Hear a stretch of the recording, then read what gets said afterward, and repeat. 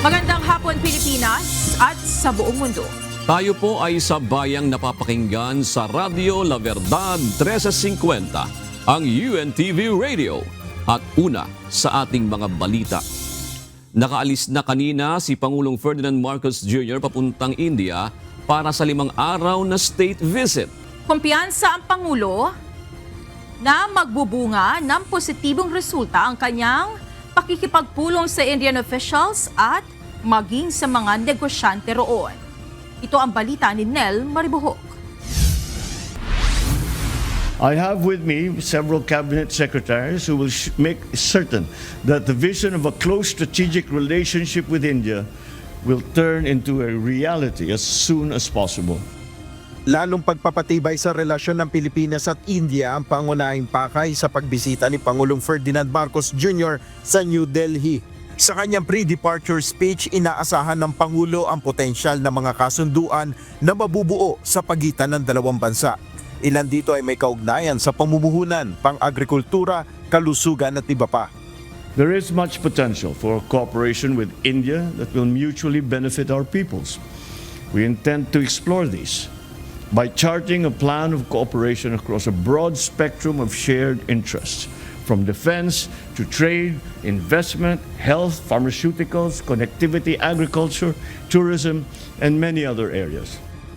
Bahagi ng kanyang 5-day state visit ang bilateral meeting kay Prime Minister Narendra Modi. Makakaharap rin ni PBBM ang Indian President na si Draupadi Murmu at iba pang matataas na opisyal. Sa state visit ni Pangulong Marcos Jr. sa India, ilang mahalagang pagpupulong ang dadaluhan ng Pangulo, kabilang na dito ang pagharap sa ilang mga negosyante. Kumpiyansa rin si Pangulong Marcos na magbubunga ito ng benepisyo na direktang mapapakinabangan ng mga Pilipino. I will personally lead a business delegation to New Delhi and Bengaluru to meet with the captains of their industries, especially in the IT sector, to explore potential investment opportunities for both sides. I want this visit to bring concrete benefits to the people, such as more affordable medicine and greater connectivity and food security. Sa unang araw ni PBBM sa India, makakaharap niya ang Filipino community sa New Delhi. Ang India ang itinuturing na ika-4 sa may pinakamalaking ekonomiya sa buong mundo. Habang nasa India si PBBM, magsisilbing caretaker ng bansa sina Executive Secretary Lucas Bersamin, Agrarian Reform Secretary Conrado Estrella III at Education Secretary Sani Angara. Nel Maribuhok, UNTV News and Rescue, Diyos ang aming sandigan, serbisyo publiko ang aming pinahalagahan. Sa kauna-unahang pagkakataon, nagsagawa ng joint drills ng Philippines at Indian Navies kaalinsabay ng unang araw na pagbisita ni Pangulong Ferdinand Marcos Jr. sa India ngayong araw. Tampok sa pagsasanay ang air defense at refueling ng barko habang nasa laot. Ito ang balita ni Ryan Lacanlale, live.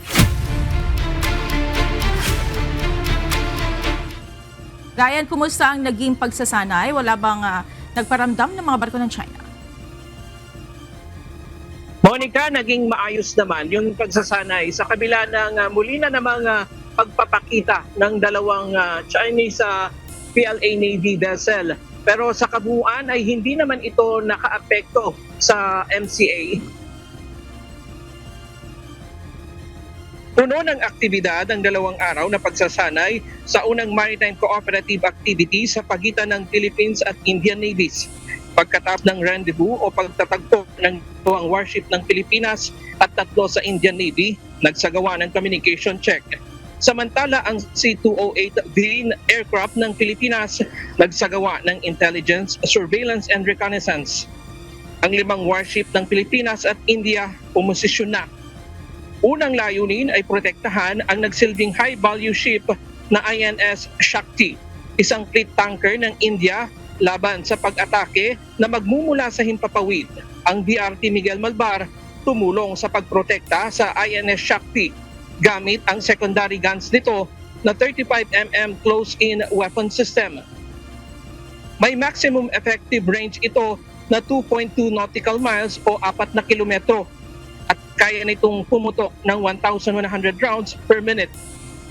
Sa pamamagitan ng radar system, na nakakabit dito, kaya nitong ma-detect ang paparating na banta.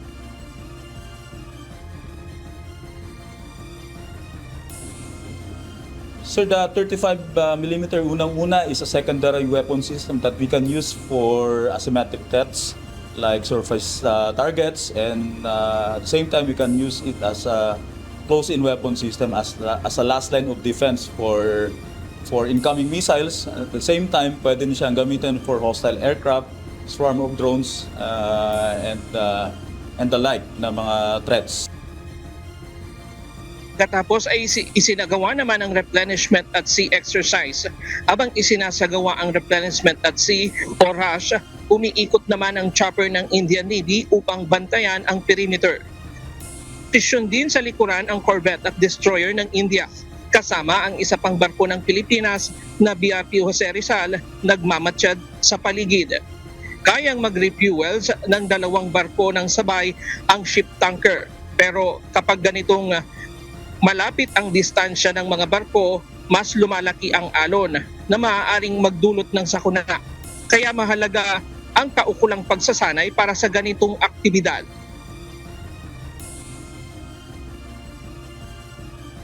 So this is the first time for us, for me also, to conduct this kind of drills. We have 2 approaches yesterday and today. So safely, we were able to simulate yung replenishment at sea, particularly yung cargo or ammunition transfer later on if we have this kind of capability sa Philippine Navy, that we're also wishing na magkaroon tayo ng supply ship na katulad ng nasa India. So this is also a good opportunity for us to prolong our naval operations if we have that fueling at sea capability. 2 beses itong isinagawa sa kabuuan ng pagsasanay. Layunin nitong ihanda ang mga tauhan sa mga ganitong kakayahan at mapataas ang confidence level ng mga Navy personnel habang isinasagawa ang pag-upgrade sa mga barko ng Pilipinas. Habang isinasagawa ang pagsasanay, na-monitor ang 2 PLA Navy vessel, isang Luyang-class destroyer at Jiangkai-class frigate. Ang pinakamalapit na distansya nito sa pagsasanay ay nasa 10 to 11 nautical miles. Sa loob ng 2 araw, nakasamasid lamang ang 2 PLA Navy, bagamat hindi naman sila nang himasok at wala namang naging radio challenge. Ilan pa sa mga pagsasanay ay maneuvering exercise, photo exercise, screening exercise, over the horizon, targeting at anti-submarine warfare. Para sa Philippine Navy, mahalaga ang pagsasanay na ito kasama ang India. It's a game changer for the Philippines dahil sa layo po ng India, it only shows our shared commitment on how to maintain regional peace and stability, and at the same time on how to we call this like-minded nations po, that we share common values, and we believe in international maritime norms, ma'am. Monica, sa ngayon ay pabalik na itong BRP Miguel Malvar at yung isa pang barko ng Pilipinas. Pero hanggang ngayon ay natatanaw pa rin namin yung isang PLA Navy vessel dito sa aming kanan. Mas visible na ito ngayon kumpara kanina at kahapon na talagang mas malayo sila. Kanina nakausap din natin yung CEO nitong barko at sa kanilang pag-uusap sa kanilang counterpart sa India ay willing sila na muling ulitin itong ganitong pagsasanay sa pagitan ng India at ng Pilipinas. At yan muna ang latest mula dito sa West Philippine Sea. Balik sa'yo. Monica? Maraming salamat, Ryan Lacanlale. Aabot sa hanggang 28 mga Chinese research vessels ang namonitor ng Philippine Coast Guard na pumasok sa Exclusive Economic Zone o EEZ ng Pilipinas mula Enero hanggang Hulyo ngayong taon. Kinukondena ng PCG ang ganitong hakbang ng China dahil sa iligal na panghihimasok sa karagatang sakop ng bansa. Ito ang balita ni JP Nunez. Maaaring kumuha ito ng mga datos tungkol sa tide and current, maaaring mag-aral din ito ng ating seabed, And even the aquatic resources can also be studied nitong mga barko na to. Nababahala ang Philippine Coast Guard sa dumaraming Chinese research vessels na pumapasok sa exclusive economic zone ng Pilipinas. Ayon kay PCG spokesperson for the West Philippine Sea, Commodore J. Tariela, nasa 21 hanggang 28 Chinese research vessels ang kanilang na-monitor mula Enero hanggang Hulyo ngayong taon. Hindi kumpirmado ng PCG kung talaga bang nagsasagawa ng research ang China sa karagatang sakop ng Pilipinas. Binigyang diin naman ni Commodore Tariela na dapat ang Pilipinas ang nagsasagawa ng research sa karagatang sakop nito. Nakakabahala lang sa atin dahil ang ating exclusive economic zone beyond the territorial sea natin, ang Pilipinas lamang ang mayroong authority to explore itong yamang dagat dito, ang karagatan at ang ilalim ng karagatan natin. Nitong weekend, isang Chinese research vessel, ang Xiangyang Hong 5, ang namataan sa baybayin ng Santa Ana, Cagayan. Nagpadala ng air asset ang Pilipinas para i-challenge ang barko ng China. Ayon kay Tariela, nasa 2 beses na umanong pumasok ng EEZ ang naturang barko. Pero bukod dito, mayroon pang serye ng barko na kahalintulad nito ang pumapasok sa EEZ. Well, this is not the first time na mayroon tayong namataan na Xiangyang Hong class. Actually, itong Xiangyang Hong is a series of Chinese research vessels. Meron siyang Xiangyang Hong 6, Xiangyang Hong 8. Kanina, nasa labas na ng EEZ ng Pilipinas ang naturang Chinese research vessel. Tungkulin anya ng PCG na tiyaking walang iligal na ginagawang marine scientific research ang China sa eksklusibong karagatang sakop ng Pilipinas.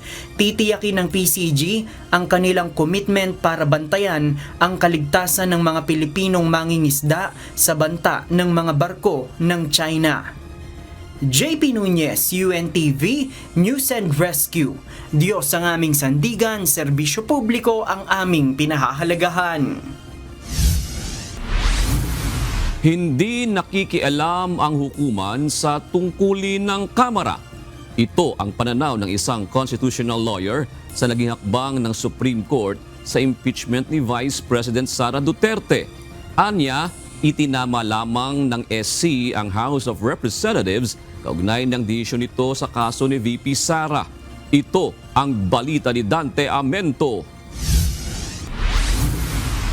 Sambayan, which I chair, is opposing disagreeing with the position of the Supreme Court. Marami ang tutol sa naging desisyon ng Korte Suprema sa pagdeklarang labag sa konstitusyon ang articles of impeachment na inihain laban kay Vice President Sara Duterte. Isa na rito ang mismong dating miyembro ng SC na si retired Senior Associate Justice Antonio Carpio. Kabilang sa kanilang tinututulan ang paglalabas ng requirement ng hukuman sa paghawak ng impeachment complaint. How can you comply with a requirement that never existed when you performed the act? Ngunit ang batikang constitutional lawyer na si Attorney Ernesto Francisco Jr. suportado ang desisyon ng Supreme Court. Si Attorney Francisco ay bahagi sa makasaysayang kaso ng Francisco versus House of Representatives kaugnay ng inihaing impeachment complaint kay dating Chief Justice Hilario Davide noong 2003. Ang ginawaan niya ng hukuman na paglalabas ng panuntunan o requirement sa impeachment proceedings ay pagwawasto lamang sa pagkakamali ng Kamara. Alam natin na sa sitwasyong ito na kung saan merong grave abuse of discretion o mali o abuso ng pagpasya ng isang branch, isang sangay ng gobyerno, ang dapat na tumingin dyan ay ang Korte Suprema at ang dapat na maglabas ng alituntunin, magwasto ay ang Korte Suprema. Dagdag pa nito, hindi totoo ang sinasabi ng mga kritiko o tumutuligsa sa hukuman na nagkaroon ng judicial overreach o nakialam ang kataas-taasang hukuman sa trabaho ng Kamara. Paliwanag nito, ang alituntunin o rules ng House of Representatives ay saklaw ng hukuman kapag may nakitang paglabag sa konstitusyon. Ang ginawa lamang ng Supreme Court dito ay inilahad nila ng malinaw kung ano yung dapat gawin. At yan ay nasa karapatan, tungkulin at obligasyon ng Korte Suprema batay sa ating saligang batas. Wala akong nakikitang overreach. Sa paniniwala nito, walang constitutional crisis kasunod ng desisyon ng Supreme Court bilang final arbiter sa kwestyong legal o pag-interpret ng batas. Sa huli, ang Supreme Court ang dapat nasundin at igalang. Dante Amento, UNTV, News and Rescue. Diyos ang aming sandigan, serbisyo publiko ang aming pinahahalagahan. Naihain na ng Kamara ang kanilang motion for reconsideration sa impeachment ruling ng Supreme Court.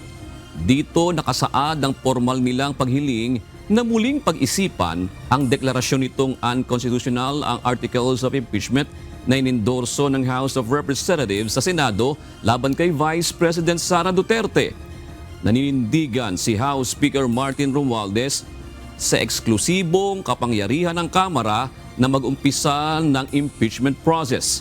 Iginiit rin nila na hindi mananahimik ang Kamara sa gitna ng anyay kinakaharap nitong panghimasok sa institusyon. With full respect to the Constitution, in defense of institutional balance, and in the name of the Filipino people, the House of Representatives has filed a motion for reconsideration before the Supreme Court. Let us be clear. The Constitution says the House of Representatives shall have the exclusive power to initiate all cases of impeachment. That power is not shared, not subject to pre-approval, and not conditional.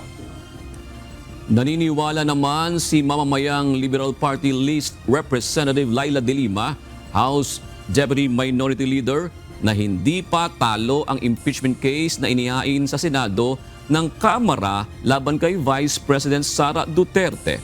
Ito ang giniit ng kongresista matapos ipinahayag ni Acting Davao City Mayor Sebastian Baste Duterte na dapat tanggapin ng House of Representatives ang pagkatalo nito kasunod ng desisyon ng Korte Supremang ideklarang unconstitutional ang Articles of Impeachment laban sa Vice Presidente. Hindi pa ho namin pwedeng tanggapin kasi meron pa ho tayong remedyo.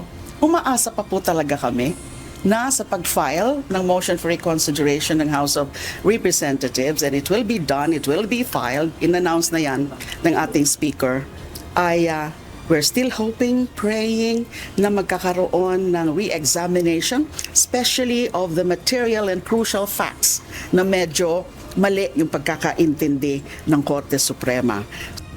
Dagdag pa nito, sakaling pagbigyan ng Korte Suprema ang motion for reconsideration ng Kamara, walang choice ang Senado kundi ipagpatuloy ang impeachment proceedings.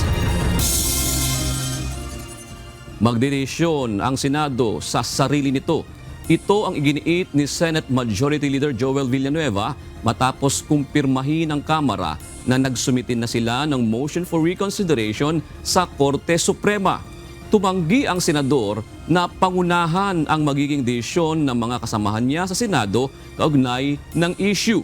Ngunit tiniyak nito na tatalakayin ito sa plenaryo kasabay ng iba pang usapin kaugnay ng impeachment. Partikular na ang desisyon ng kataas-taasang hukuman na labag sa saligang batas ang Articles of Impeachment na isinampa ng Kamara. Sa ibang balita, umatras sa pagtestigo sa kaso ang kaibigan ng nawawalang beauty contestant na si Catherine Camilon. Ngunit sa kabila nito, handa pa rin siyang protektahan ng Philippine National Police. Ito ang balita ni Lea Ilagan. Yung last hearing ho namin noong Webes, nagpadala ho siya ng letter na hindi siya naayaw na siya doon sa kanyang pag-witness dahil para na din ho daw sa kaligtasan niya at siguro ng kanyang pamilya.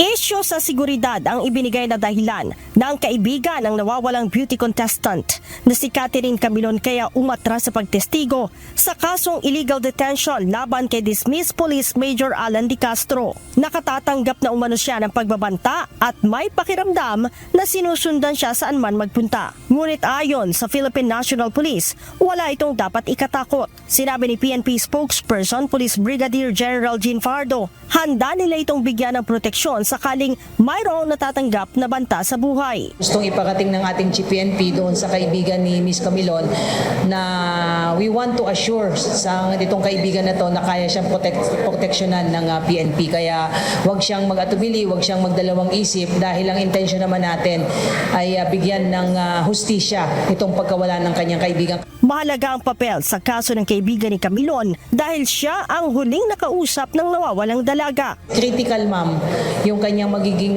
partisipasyon dito sa kaso na ito dahil unang-una siya yung last person na nakausap nitong si Ms. Camilon at siya rin ang di umano ang nakakaalam sa di umano na special na relasyon niya ni Ms. Camilon dito kay na-dismiss na pulisan na si Major De Castro. Sakali namang tuluyan ang hindi magpakita ang testigo, hindi naman daw ito nangangahulugan na makababalik sa serbisyo si Major De Castro. Yung pagkakadismiss naman po, ma'am, ni Major De Castro while in relation pa rin dito sa kaso po na ito ay may iba pong dahilan ng kanyang pagkakadismiss at iba naman yung quantum of evidence na kailangan para ikaw ay may dismiss sa isang kaso. Unang-una nga ay may mga dokumento at meron tayong mga katibayan na nakakapagpatunay na he is guilty of grave misconduct. So yun yung naging dahilan kung bakit siya na-dismiss. Hindi pa po ito sa kanyang di umanong kinalaman dito sa pagkawala po ni Ms. Camilon. Ang nanay ni Catherine, naghihinanakit sa naging desisyon ng kaibigan ng anak. Siyempre, ma'am, doon ang hinanakit. Hinanakit ko bilang ina. Kung sa simula, ma'am, sa kanya kami umasa dahil siyang nagsabi ng sitwasyon ng aming anak. Umasa ko kami na hanggang sa huli ay tutulungan niya kami pero ito nga akong ginawa niya sobrang sakit ho sa loob namin, sa loob ko bilang ina dahil kami ata sa kanya. Samantala, payag naman si Nanay Rose na isa lang sa cross-matching ang DNA sample nila sa DNA profile na na-extract ng PNP sa mga buto na nakuha sa isang sementeryo sa Laurel, Batangas at sa Taal Lake. Willing ho kami, willing ho ako bilang kami ho ay pamilya na sa isang banda masakit isipin na sana hindi wala siya sa mga yun nga kung nalabas ngayon ng mga nakukuhang ganyan na mayroong mga sabi may nalabas na mayroong babae. Si Camilon ay huling nakita sa isang mall sa Lemri, Batangas noong October 12, 2023. Leia Ilagan, UNTV News and Rescue. Diyos ang aming sandigan, serbisyo publiko ang aming pinahahalagahan.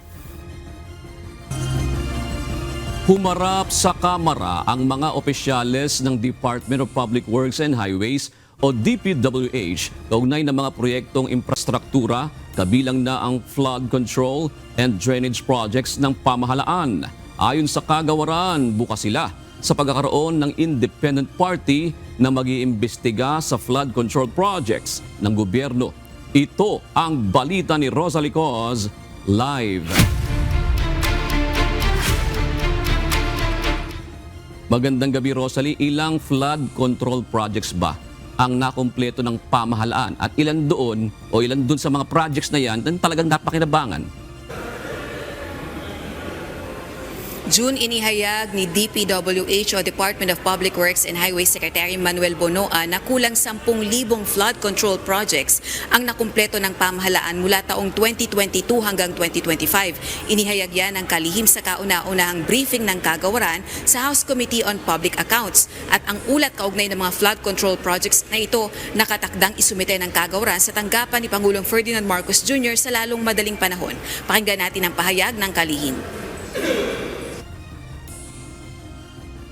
For the flood control program, in accordance with the directive of the President in his Sonai speech, we will soon be submitting actually the list of projects the list of projects, which will involve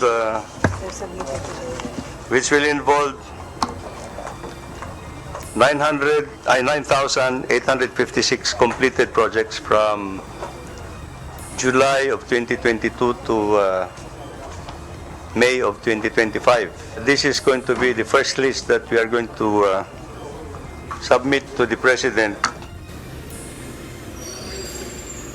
Hihilingin naman ng House Committee on Public Accounts na mabigyan din ito ng kopya ng report. Bukas naman ang kalihim sa pagkakaroon ng independent party para sa pagrepaso sa lahat ng flood control projects. Maybe we can just propose for a third-party evaluation, not from the government, but from a reputable private sector or an NGO who can really make a third-party evaluation of all these projects, of all these flood control projects. Would you agree to that, Mr. Secretary? Thank you. Absolutely, Your Honor. I think even with the list that you are going to submit to the President, I think the intention here is to make it public. Open din ng DPWH Secretary sa panawagang mag-leave of absence muna ito habang nagsasagawa ng investigasyon kasunod ng apela ni Bacolod City Representative Albi Benitez. Pero nilinaw ng House Committee on Public Accounts, hindi nito hinihiling na mag-leave muna ang kalihim.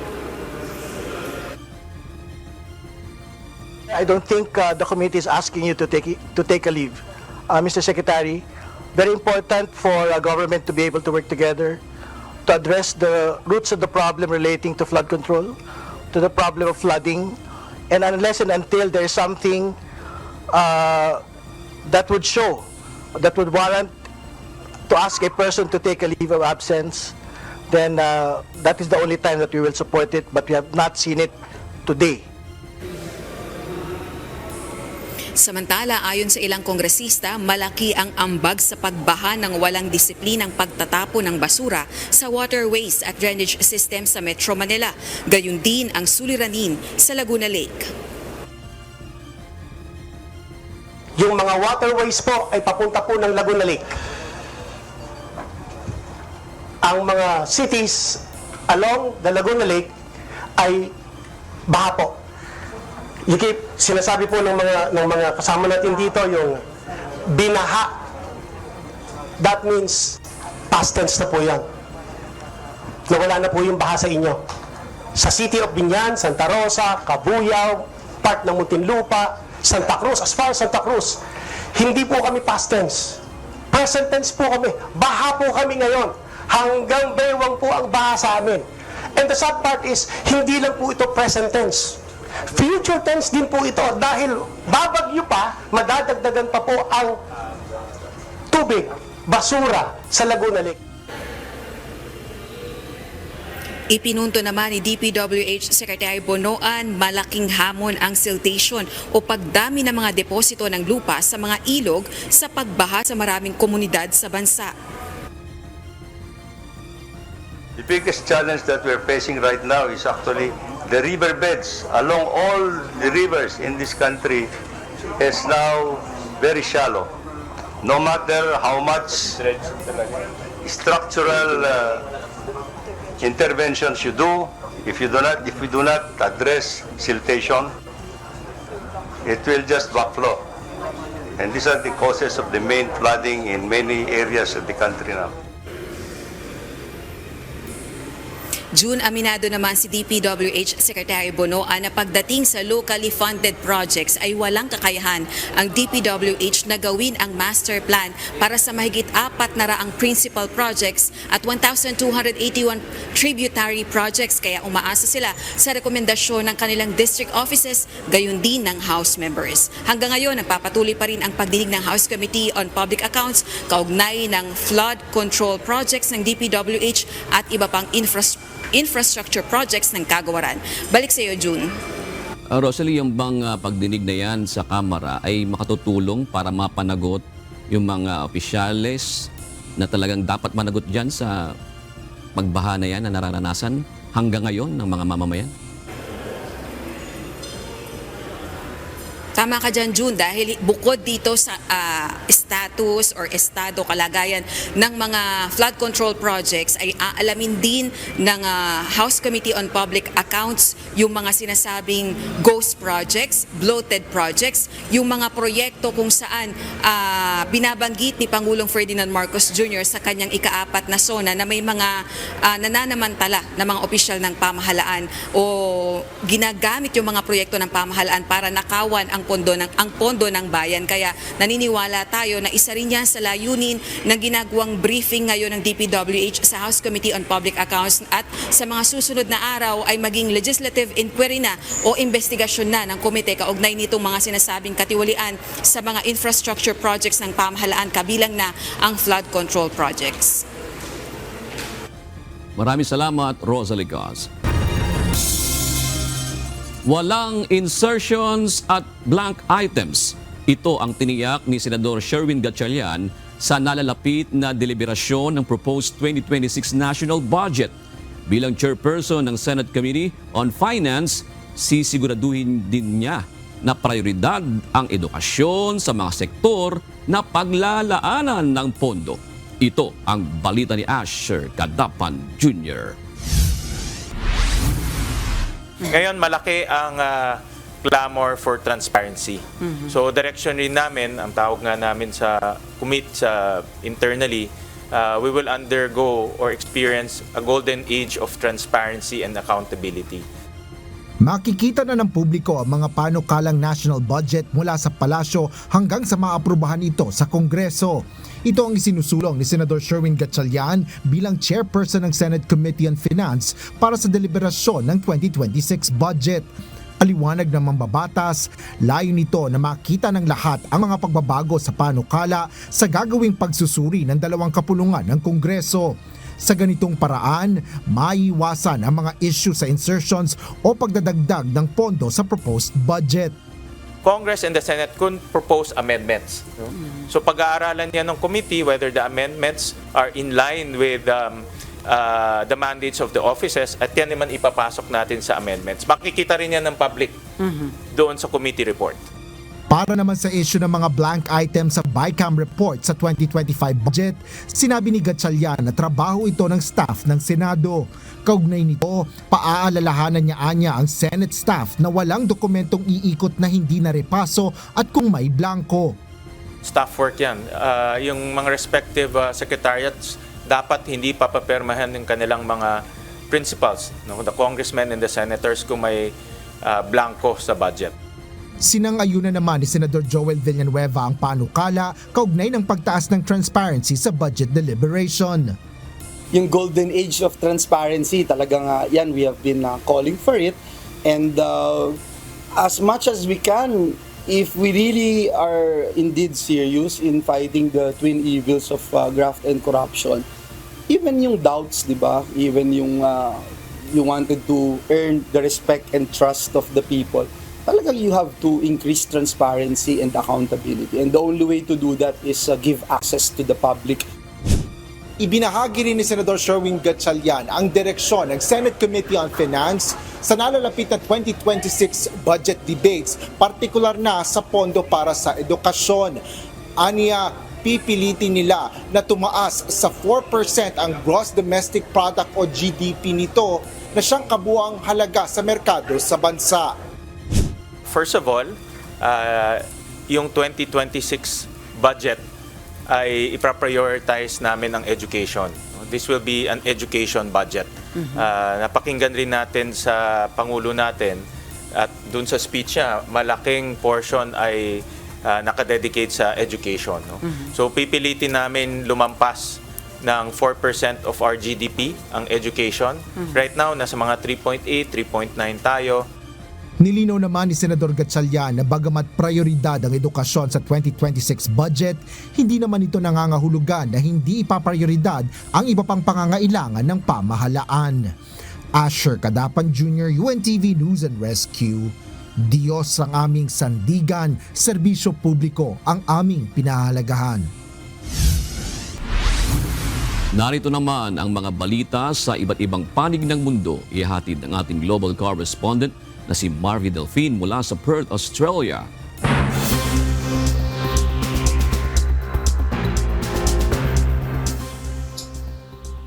Sa gitna ng lumalalang tensyon sa Gaza, muling iginiit ni Israeli Prime Minister Benjamin Netanyahu na ayaw ng Hamas sa anumang kasunduan sa tigil putukan. Kasabay nito, nanawagan siya sa International Red Cross na magbigay ng tulong sa mga bihag na nasa Gaza. Ito ang balita ni May Viandog. כשאני רואה את זה, אני מבין בדיוק מה החמאס רוצה. לא רוצה עסקה. הוא רוצה לשבור אותנו. באמצעות סרטוני הזוועה האלה, באמצעות תעמולת הזוועה השקרית שהוא מפיץ בעולם. Malinaw para kay Israeli Prime Minister Benjamin Netanyahu na hindi interesado ang Hamas sa kapayapaan at wala itong balak itigil ang gulo sa Gaza. Ginawa niya ang pahayag kasunod ng paglabas ng Hamas ng mga video kung saan may kitang payat at mahina na ang dalawang Israeli hostages na hawak pa rin ng militanteng grupo. Kasabay nito nanawagan si Netanyahu sa International Red Cross na madaliin ang paghahatid ng pagkain at gamot sa hostages. Labis na nababahala ang Red Cross sa kalagayan ng mga bihag at nanawagan ding tigilan na ang matinding pagpapahirap sa mga ito. Handa naman umanong makipagtulungan ng Hamas sa Red Cross kapalit ng pagbubukas ng humanitarian corridor sa Gaza. Ipinunto rin ng grupo na ang gutom na nararanasan ng mga bihag ay refleksyon ng lumalalang kalagayan sa buong Gaza Strip. Samantala, kinundina ng ilang world leaders ang inilabas na video ng Hamas kung saan may kita sina Rom Bravslavsky at Eviatar David na parehong nangayayat at sinasabing wala na silang makain. Nanawagan si German Chancellor Friedrich Merz na palayain na ang mga German national na bihag ng Hamas at muling iginiit ang pagkakaroon ng ceasefire sa lalong madaling panahon. Muli namang binigyang diin ng Pangulo ng France na si Emmanuel Macron na makakamit ang kapayapaan sa pamamagitan ng pagsuporta sa two-state nation sa pagitan ng Israel at Palestine. Bukod sa world leaders, nagsagawa rin ng kilos protesta ang libo-libong Jews at Palestinians sa Tel Aviv para manawagan na itigil na ang kagutuman sa Gaza at agarang pagpapatupad ng tigil putukan kasabay ng pagpapalaya sa mga bihag. Sa kabila nito, lalo pang naging determinado si Prime Minister Netanyahu at sinabi na hindi siya titigil hanggang hindi nawawala ang banta sa Gaza. אבל אנחנו לא נשבר. אני מתמלא בנחישות עוד יותר חזקה. לשחרר את בנינו החטופים, לחסל את החמאס, להבטיח שעזה לא תהווה יותר איום על מדינת ישראל. May Viandog, UNTV News and Rescue. Diyos ang aming sandigan, serbisyo publiko ang aming pinahalagahan. Umamin ang Singapore-based Malaysian billionaire at F1 tycoon na si Ong Beng Seng sa kasong obstruction of justice. Ito ay matapos niyang tulungan si former Transport Minister Subramaniam Iswaran na itago ang ebidensya laban sa corruption case nito. Kabilang sa binigay ni Ong kay Iswaran ay isang all-expense paid trip papuntang Qatar sakay ng pribadong jet at hotel accommodations. Ang biyahe ay bahagi ng inorganisa ng Singapore GP na pag-aari ni Ong para sa Formula 1 event na hawak naman ni Iswaran bilang opisyal ng gobyerno. Bagamat nahaharap sa posibleng pagkakakulong, inirekomendang patawan na lang si Ong ng multa dahil sa malubhang sakit nito sa bone marrow. Inaresto ang isang 27 anyos na babae sa New Zealand matapos matagpo ang buhay ang isang 2 taong gulang na batang babae sa loob ng kanyang maleta habang sakay ng isang pampasaherong bus. Ayon sa pulisya, napansin ng driver na may gumagalaw sa loob ng bag at nang buksan ito ay doon na nakita ang bata na init ngunit nasa ligtas na kalagayan. Sinampahan na ng kaso ang babaeng may dala ng maleta na haharap sa korte sa North Shore District Court. Pinuri ng mga otoridad ang mabilis na aksyon ng bus driver na nakapigil sa posibleng mas malaking trahedya.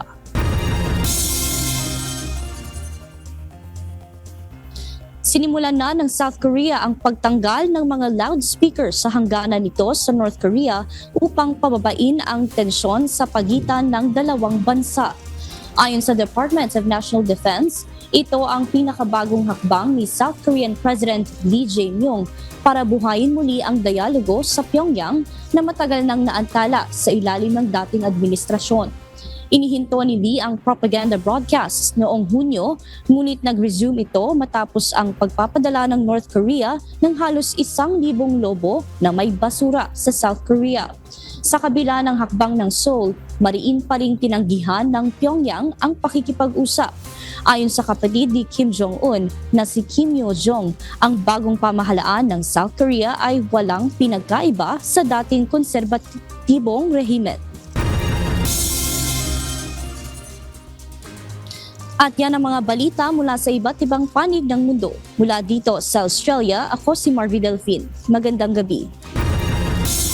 Sinuspende na ng National Police Commission ang 12 pulis na isinasangkot sa kaso ng mga nawawalang sabungero. Ayon kay NAPOLCOM Vice Chairperson at Executive Officer Attorney Rafael Calinisan, may strong level of guilt ang naturang mga pulis base sa isinasagawang investigasyon.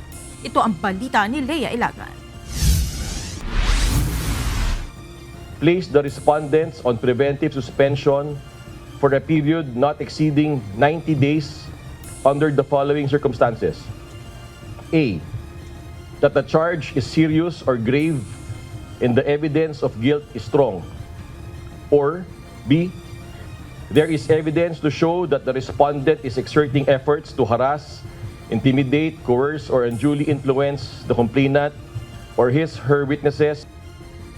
Natanggap na ng 12 pulis na isinasangkot sa kaso ng missing sabungero ang kopya ng kasong administratibo na isinampa ng National Police Commission o NAPOLCOM laban sa kanila. Sa katunayan, nagpadala na ng summon ang NAPOLCOM noong August 1 para sagutin ang mga ito ang kaso sa loob ng 7 araw. Nakatakda na rin aniya ang kanilang pre-charge conference sa August 14. Noong pong Friday, na-receive din po ng mga respondents ang order po ng summary hearing officer ordering them to answer within 7 working days yung pong formal charge po na final ng Inspection, Monitoring and Investigation Service or ating IMIS. And we are expecting their reply after 7 days. Matapos sampahan ng kaso, pinatawan na rin ng NAPOLCOM ng 70 araw na preventive suspension ang 12 pulis. Nilinaw naman ng NAPOLCOM na hindi pa ito parusa sa kinakaharap nilang kaso. Hindi po penalty ang preventive suspension. Ito po ay isang tool ng National Police Commission to ensure the safety of witnesses, the integrity of the investigation. So we are placing respondents on preventive suspension upon motion of the complainant. Sinabi pa ni Commissioner Calinisan na mayroong strong level of guilt ang 12 pulis, subalit tumanggi na itong idetalye ito. Basihan po ng preventive suspension, maaari pong magpataw ng preventive suspension ng NAPOLCOM sa 2 pagkakataon. Ang unang pagkakataon ay that the charge is serious or grave and the evidence of guilt is strong. O di kaya, sa pangalawang pagkakataon ay there is evidence to show that the respondent is exerting efforts to harass, intimidate, coerce, or unduly influence the complainant or his/her witnesses into withdrawing the complaint or extracting the sworn statement against the respondent or to tamper with the evidence. Habang naka-preventive suspension, tiniyak ni Commissioner Calinisan na hindi makatatanggap ng sweldo ang naturang mga pulis. Ang resolusyon naman sa naturang kaso ay ilalabas ng NAPOLCOM sa loob ng 60 araw matapos ang isinasagawang investigasyon. So yung pong desisyon, kung sila man ay absueltuhin, kung sila man ay sususpend, i-demote o i-dismiss, that will follow. After po nating makita po at i-deliberate dito sa kwartong ito kung ano po maging hatol laban po doon sa ating mga respondent na pulis. Ang 12 pulis ay pinangalanan ng whistleblower na si Julie Patidongan alias Totoy na umunay sangkot sa pagdukot at pagpatay sa mga nawawalang sabungero. Sila ay kasalukuyan naka-restrictive custody sa Campo Crame. Leia Ilagan, UNTV, News and Rescue. Diyos ang aming sandigan, serbisyo publiko ang aming pinahahalagahan. Muling nakakuha ng hinihinalang human remains sa mga tauhan ng Philippine National Police mula sa Lawa ng Taal. Ayon kay PNP spokesperson, Police Brigadier General Jean Fajardo, nakuha ang mga buto sa nakalipas sa 2 araw na pagsasagawa ng search and retrieval operation kaugnay ng kaso ng mga nawawalan sa bungero. Isa sa ilalim ito sa masusing pagsusuri upang matukoy kung tunay na labingan ng mga tao. Sinabi ni Fajardo na kapag nakumpirma, ito ay isa sa ilalim sa DNA cross-matching gamit ang mga isinumiteng sample ng mga kaanak ng mga nawawalan sa bungero. Bukod sa mga buto, nakakita rin ang mga otoridad ng mga personal na gamit gaya ng damit, tsinelas, sapatos, sombrero at hoodie. Hinimok ng PNP ang publiko lalo na ang mga may nawawalang kaanak na makipag-ugnayan sa pinakamalapit na himpilan ng pulisya kung sa tingin nila ay posibleng kaugnay ng kanilang mahal sa buhay ang mga natagpuang gamit. So, importante po yun na makipag-ugnayan sila kasi hindi natin inaalis yung posibilidad na maaaring maliban dito sa posible na mga remains ng missing sa bungero ay maaari din. Kung maalala nyo, may maraming nag-report na nawawala ang kanilang mga kaanak. So importante din na makipag-ugnayan po sila sa atin para ma-identify po nila kasi kung ako naman yung isang kaanak, kapatid ko, asawa ko, kapatid ko na familiar sa akin itong kasuotan na ito at nawawala ay pwede po silang magbigay voluntarily ng kanilang DNA para ma-cross match po. Suportado ng isang transport advocacy group ang panukalang total street parking ban sa Metro Manila. Ngunit para sa Metro Manila Council, President Mayor Francis Zamora, hamon dito ang kakulangan sa mga parking areas. Ito ang balita ni Ivan Alvarez. So this is a positive advancement when it comes to reclaiming public space for the public good.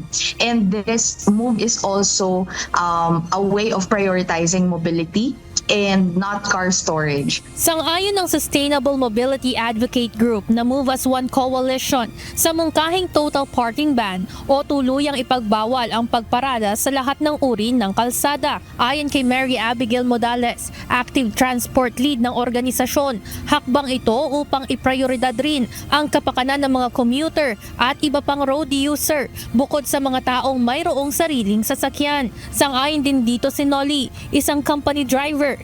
Anya, ranas niya ang hirap kapag maraming nakapark sa mga lansangan dahil lalong bumibigat ang trapiko. Maganda rin naman yung nila kasi nga para tulad dito masikip, two-way lang dapat, no parking talaga. Kaso nga lang, sa katulad naming na dapat may open parking din dito malapit sa area para makapag-park din ng maayos yung mga sasakyan. Ngunit ayon kay Metro Manila Council President and San Juan City Mayor Francis Zamora, hamon para sa total parking ban ang kakulangan sa parking facilities sa Metro Manila. As nice as it would seem, no? Kumbaga in a perfect world, masarap sana sabihin walang parking at all sa lahat ng kalye. Kaya lang, we have to face the realities. No? We have to face the reality that all of these cars are there already and we lack parking facilities. Diba? Wala naman tayong masyado maraming mga pay parking facilities sa ngayon.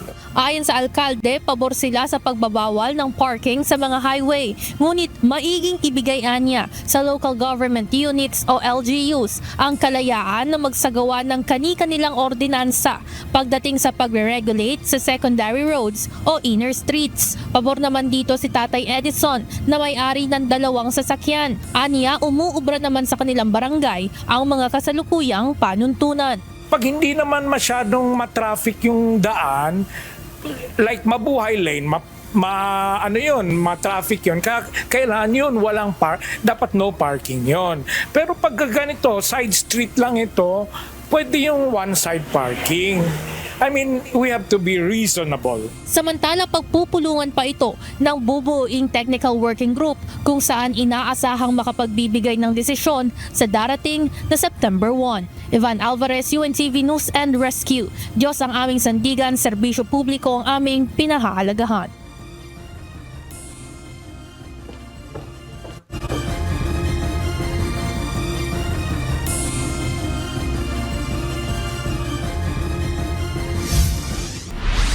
Patuloy ang pagdagsa ng mga nagpaparehistro sa iba't ibang lugar kung saan nagpapatuloy ang 10 araw na voter registration ng Commission on Elections o COMELEC. Sa pagtaya ng komisyon, umaabot na sa 200,000 ang nagpaparehistro sa buong bansa. Paalala ng COMELEC lalo na sa first-time registrants na huwag kalimutang magdala ng valid ID at photocopy nito para hindi matagalan sa pagpaparehistro. Huwag na ring magdala ng mga dokumento na hindi naman tinatanggap sa registration tulad ng sedula at barangay certification para hindi pabalik-balik sa kanilang tanggapan at satellite registration area. Tatagal ang mga voter registration hanggang sa darating na linggo, August 10. Medyo mahaba po kasi ang pila. Siguro maganda kumpletuhin na yung mga dokumento.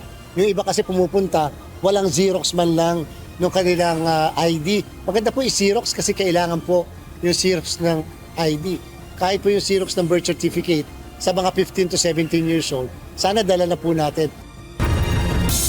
Nanawagan ang Samahang Industriya ng Agrikultura o SINAG kay Pangulong Ferdinand Marcos Jr. na agarang hilingin sa Kongreso ang pagpasa ng batas na magbabalik sa 35% sa imported na bigas. Ito'y matapos irekomenda ng Department of Agriculture ang pagtaas sa taripa sa 25% na hindi maaaring ipatupad sa pamamagitan ng executive order. Ito ang balita ni Mia Alonzo. Opo, pabor pa rin sa negosyante. Ang laki pa rin ang kanilang tutubuhin dyan. Ibalik sa orihinal na 35% ang taripa sa imported na bigas. Ito ang panawagan ng Federation of Free Farmers o FFF matapos na maglabas ng rekomendasyon kanina ang Department of Agriculture na dagdag taripa sa imported na bigas. Ayon sa DA, tatalakayin ang issue sa gabinete sa sidelines ng state visit ni Pangulong Ferdinand R. Marcos Jr. sa India. Subalit giit ni FFF President Leonardo Montemayor, ang 25% increase sa taripa na nasa rekomendasyon ng DA ay papabor lang sa mga negosyante at hindi sa mga lokal na magsasaka. Napakalaki na yung margin ng mga importer, traders at saka retailers. Kahit na itaas natin ang 25, malaki pa rin ang kanilang ganansya. So I think they can afford to ibalik sa 35% yung taripa para naman makapagbigay ng karagdagang proteksyon yung ating farmers. Lalo pat sobrang mura ng palay ngayon. Simula umano nang ipatupad ang EO62 o ang pagpapababa sa taripa, nasa 26 to 27 billion pesos ang nabawas sa koleksyon ng Bureau of Customs. Pondong sanay nailaan sa Rice Competitiveness Enhancement Fund na ginagamit para sa pagbili ng makinarya, binhi at ayuda para sa mga magsasaka. Kasabay nito, naglabas din ng pahayag ang Samahang Industriya ng Agrikultura o SINAG para manawagan sa Pangulo na agarang ipasa na ang batas na magbabalik sa 35% ng taripa sa iniaangkat na bigas. Bukod sa hindi maaaring maglagda ng executive order para baguhin ang taripa habang bukas ang sesyon ng Kongreso, giit ng grupo na hindi na rin opsyon ang paghintay hanggang Oktubre sa hirap na patuloy na pagkalugi ng mga magsasaka. Samantala, ayon naman kay DA Assistant Secretary Arnel de Mesa, ang pagtataas ng taripa ay gradual dahil hindi lamang ang kapakanan ng mga magsasaka ang prioridad kundi maging ng general public. So ang recommendation ngayon ay i-increase siya from 15 to 25% sa ngayon para hindi ma-shock ang market. Again, binabalanse ng kagawaran yung dito kapakanan ng mga magsasaka and of course ng ating general public para hindi magkaroon ng shock sa merkado kapag bibiglayin yung 35%. But eventually, it will go to that level. Ang 25% tariff increase aniya ay dumaan din sa konsultasyon sa mga magsasaka at nakabatay pa rin sa rekomendasyon ng Kongreso na ibalik na ito sa 35%. Iginigiit lang ng ahensya na hindi ito maaaring gawing biglaan kundi dahan-dahan. Dagdag pa ng opisyal, parte lamang ang DA sa recommendatory body at nasa kapangyarihan pa rin ng nangangasiwa sa tariff increase ang implementasyon nito. Mia Alonzo, UNTV News and Rescue. Diyos ang aming sandigan, serbisyo publiko ang aming pinahahalagahan. Mga opisyal ng International Criminal Court Detention Center ang may kapangyarihang magdesisyon kung sino ang may karapatang bumisita sa mga nasa loob ng pasilidad. Ito ang nilinaw ni Legal Counsel ni dating Pangulong Rodrigo Duterte na si Atty. Nicholas Kaufman. Kasunod ito ng pahayag ni Hanelet Avancenia na pinagbawalan siyang makabisita kay dating Pangulong Duterte matapos ang pag-uusap nila sa telepono noong July 19 dahil umano sa mga sinabi niya tungkol sa kaso. Walang dapat ikabahala sa nakitang ahas sa gilid lamang ng Maharlika Hall sa Villamor Air Base sa Pasay City ilang oras bago ang departure ni Pangulong Ferdinand Marcos Jr. patungong India. Ang nahuling ahas ay malapit lamang sa dadaanan ni Pangulong Ferdinand Marcos Jr. papunta sa kanya sasakyang eroplano. Ayon kay Air Force Commanding General Lieutenant General Arthur Cordura, hindi na bago ang insidente na ito pero sa kabila nito, gagawa pa rin sila ng hakbang upang hindi na mapasukan ng ahas ang paliparan. Nasa maayos sa kalagayan na rin anya ang Air Force personnel na natuklaw ng ahas habang ito ay hinuhuli. It's not a cause for concern. And we guarantee na we keep watch on this. It's a reminder for us to secure it some more, especially for facilities that are dinadagsa ng mga tao. Marahing isinusulong na Philippine Animal Welfare Society o PAWS ang mahigpit na pagpapatupad ng mga umiiral na batas laban sa pang-aabuso sa hayop. Ayon sa grupo na silang katiyakan na ang mga magkasala ay mahaharap sa korte o mapapatawan ng kaukulang parusa. Ito ang balita ni Jet Neresina. Ang makakatigil talaga sa animal cruelty ay effective implementation of the law and early intervention. So yung mga bata, turuan natin silang maging kind to animals. Hindi ang kawalan ng batas o ang hindi sapat na parusa kundi ang mahinang implementasyon. Ito ang itinuturing na pangunahing problema ng Philippine Animal Welfare Society o PAWS.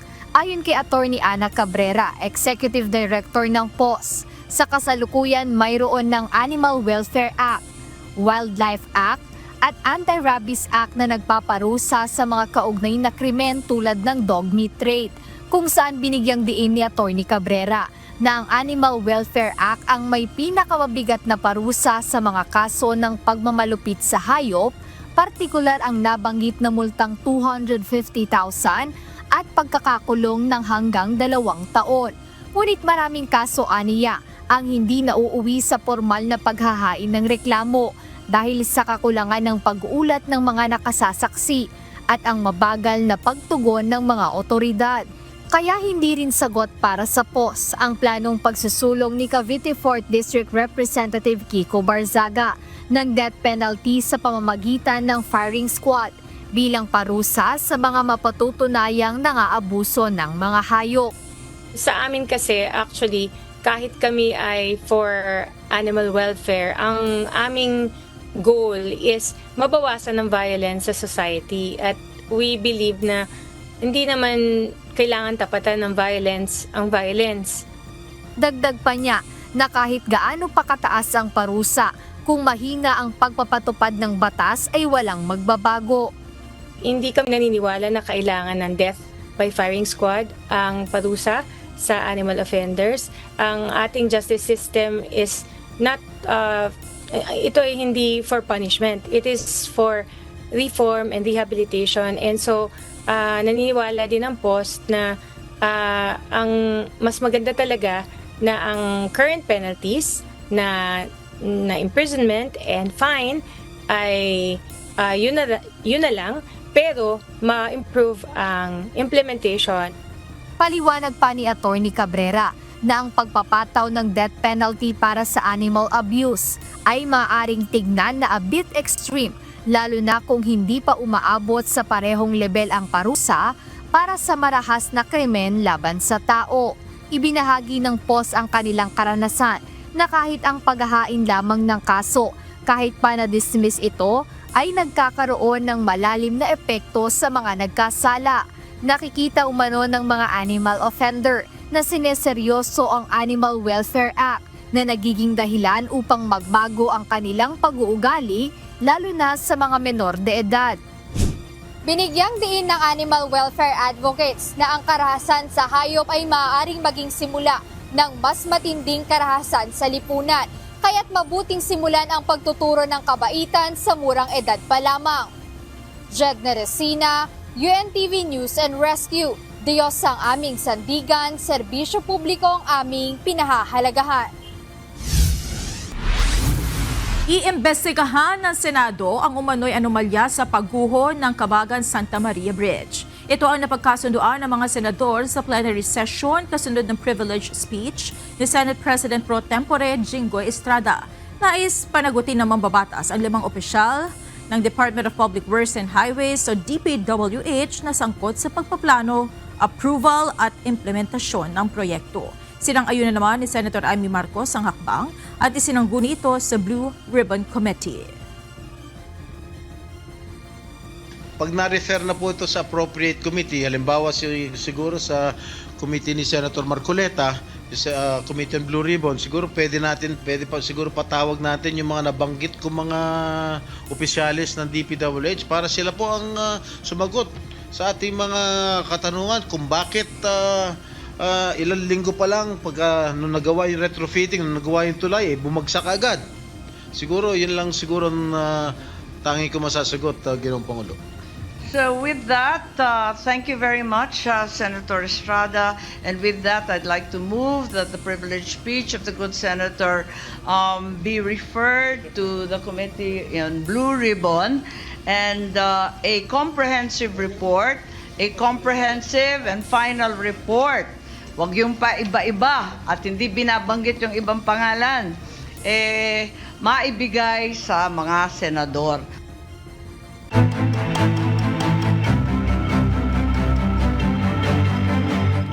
Nagkakaubusan na ng pangunahing supply at produktong petrolyo sa Itbayat, Batanes sa 2 linggong patuloy na mga pag-ulan. Sa Cagayan, nasa higit 1 milyong piso na ang kabuuang halaga ng pinsalang iniwan ng Bagyong Emong sa agrikultura. At sa Iloilo City, inilagay na sa alarma ng Land Transportation Office Region 6 ang sasakyan na nakaharang sa isang fire hydrant na nakaapekto sa pag-apula ng sunog ng mga bumbero noong Mayo. Ito ang balita ni JP Nunez. Sa Batanes, nagkakaubusan na ng supply ng mga pagkain at pangunahing pangangailangan sa Itbayat dahil sa patuloy na mga pag-ulan. Ayon sa Itbayat Municipal Disaster Risk Reduction and Management Office, nagkukulang na sila ng bigas, mais at feeds. Nauubos na rin ang supply ng kanilang gasolina at diesel. Nakatakda pa lang dumating ang cargo ships at mga barko na maghahatid mula sa Basco at mainland Luzon. Kaugnay nito na ihatid na ng mga eroplano ng Estados Unidos ang huling supply ng family food packs na ipamamahagi sa lalawigan. Nasa 1,500 na family food packs ang naideliver kahapon. Nasa higit 6,000 family food packs naman ang naipamahagi sa 7 araw na naging humanitarian assistance and disaster response. Sa Cagayan, iniulat ng Provincial Disaster Risk Reduction and Management Office na umabot na sa higit 1 milyong piso ang naging pinsala ng Bagyong Emong sa mga pananim. Pinakamalaking halaga sa mais na umabot ng nasa halos 900,000 pesos, habang nasa 200,000 pesos naman sa pananim na palay. Mayroon ding nasa 73 na mga magsasaka ang naapektuhan, kabilang ang Cagayan sa mga napinsala ng Bagyong Emong noong nakaraang buwan. At sa Iloilo City, inilagay na ng Land Transportation Office Western Visayas sa alarma ang driver's license ng sedan na nakaharang sa isang fire hydrant na nakaapekto sa pagkuha ng tubig ng mga bumberong aapula ng sunog noong May 28. Hindi din muna makakapag-renew ng rehistro ng sasakyan ang may-ari o makakapag-transfer ng ownership hanggang hindi pa nare-resolba ang kaso. Formal na nagreklamo sa LTO-6 ang BFP Iloilo City Fire Station at Iloilo City Traffic and Transportation Management Office, kaya nag-issue ang ahensya ng show cause order sa driver noong June 2. Sa ipinadalang sulat ng driver sa LTO bilang paliwanag noong June 10, itinanggi nitong nalabag niya ang 4-meter fire hydrant clearance at sinabing nakaparada ang kanyang sasakyan ng 7.6 meters palayo sa fire hydrant. Subalit naging inconclusive ang naging resulta ng investigasyon. Nag-viral noon ang larawan ng sasakyan dahil sa maling pagpapark malapit sa fire hydrant kaya ito nakarating sa LTO. JP Nunez, UNTV, News and Rescue. Diyos ang aming sandigan, serbisyo publiko ang aming pinahahalagahan.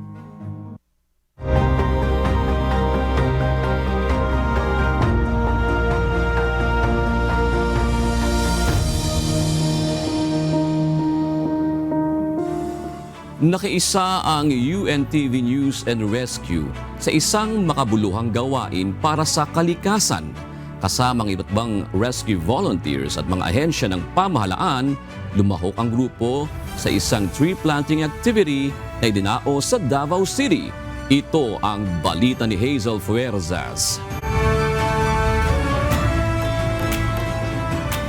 Hindi lamang sa oras ng aksidente at sakuna tumutulong ang UNTV News and Rescue, kundi pati na rin sa mga programang naglalayong pangalagaan ng kalikasan at palakasin ang kahandaan ng isang komunidad.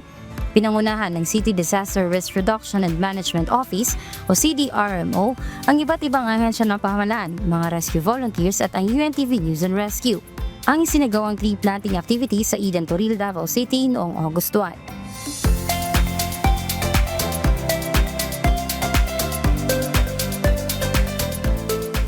Ayon kay Police Lieutenant Colonel Alfredo Baluran, mahalagang bahagi ng inisyatibang ito ang pagprotekta sa kalikasan at pag-angkop sa epekto ng climate change.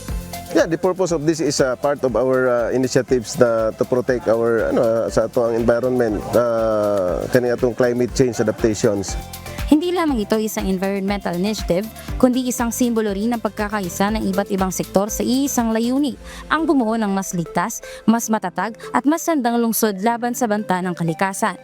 Pinasalamatan naman ni Barangay Kagawad LV Sitoy ang pagpili sa kanilang lugar bilang isa sa mga pagtatamnan ng mga puno at walang sawang suporta ng city government sa kanilang barangay. Sa ako lang ikasulti karon sa ila, nagdako mig pasalamat nga kani nga lugar mo ilang ipili nga kuanan sa mga kahoy, kani nga lugar nga Eden o sa mga na volunteers karon daghang kay salamat sa pag-abot dinhi o pag-support nila diri sa Eden. Sa pamamagitan ng ganitong mga hakbang, ipinapakita ng mga ahensya at mga volunteers ang kanilang patuloy na pangako sa disaster preparedness at environmental protection. Hazel Fuerzas, UNTV News and Rescue. Diyos ang aming sandigan, serbisyo publiko ang aming pinahalagahan.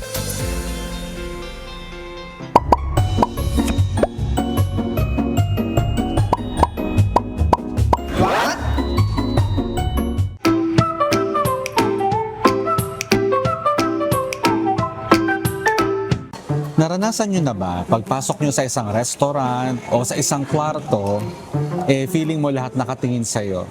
Para bang yung spotlight nasa iyo lang? Nakakahiya, no? Pero alam nyo, may paliwanag po ang siyensya tungkol dyan. Pero mahihayin ako eh. So pag nakikita kong maraming tao, lumalabas ako. Hindi ako tumutuloy. Talaga? Opo. Paano kung kailangan mo talagang pumasok?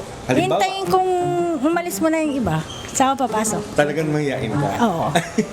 Siguro feeling ko lang po, nakikisabay lang ako kung ano yung mga tinitignan nila. Okay. Oo. Tapos, hindi ko din po pinapakita na naiilang po ako or na-awkward.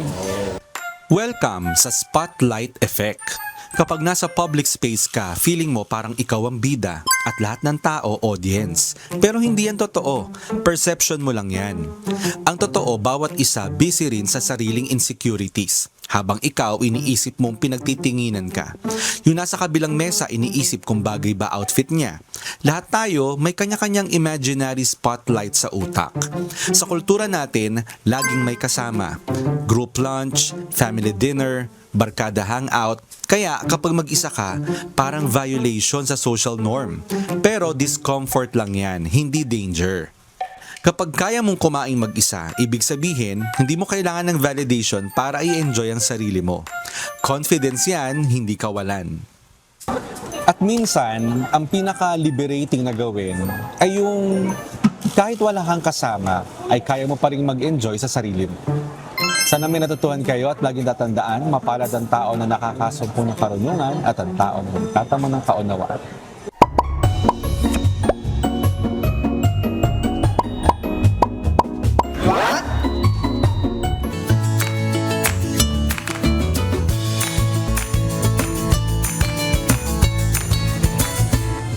Ito na po ang ating mga kausing ngayong araw po ng Monday. Yan. Ano to? Meron bang ano to? Merong comments? Meron. Yan. Hinggil po sa congressional review. Sabi po ni Senator Vargas Channel, hindi mareresolba ng flood control projects ang matinding pagbaha. Ang dapat resolbahin ay kung ano ang mga dahilan bakit nagkakaroon ng malalang pagbaha. Sabi naman niya, 9/11/98, tungkol ito sa tamang paradahan, ang gawin kasi nilang batas, yung to own a car, kahit mayaman ka at afford mo bumili ng car, dapat may limit to 2 cars. Kung mahirap ka naman at gusto mo mag-own ng car, dapat isa lamang at dapat may parking. Salamat po at shoutout kina Arturo Quinto, Danilo Gorino at Ricky Rufino. Gayon din kina Romeo Arenque, Wilson Pertudo at Carmen Lacandula. Samantala mga kasambahay, kung may mga istorya po kayong nais balikan sa Ito ang Balita, pwede nyo po ito muling mapanood sa aming mga official social media account. Magtungo lamang po sa UNTV News and Rescue YouTube channel at i-click ang subscribe button. Gayon din sa aming Facebook, Instagram, X at TikTok accounts. Mapapanood nyo rin po rito ang iba pang news programs ng UNTV, pati na iba pang video ng nag-iisang public service channel. Kaya subscribe, like, and share. Narito naman ang salita ng Diyos na ating sandigan mula sa Aklat ng Kawikaan 1 at 23 na nagsasabi, "Magsibalik kayo sa aking saway. Narito, aking ibubuhos ang aking espiritu sa inyo at ipakikilala ko sa inyo ang aking mga salita."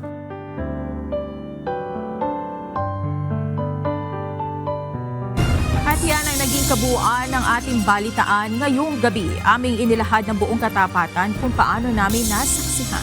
Kayo po'y makapagtitiwala ng aming nakita at narinig, ang aming ibinabalita. At dito po sa UNTV, Diyos ang aming sandigan, serbisyo publiko ang aming pinahahalagahan. Magandang gabi po.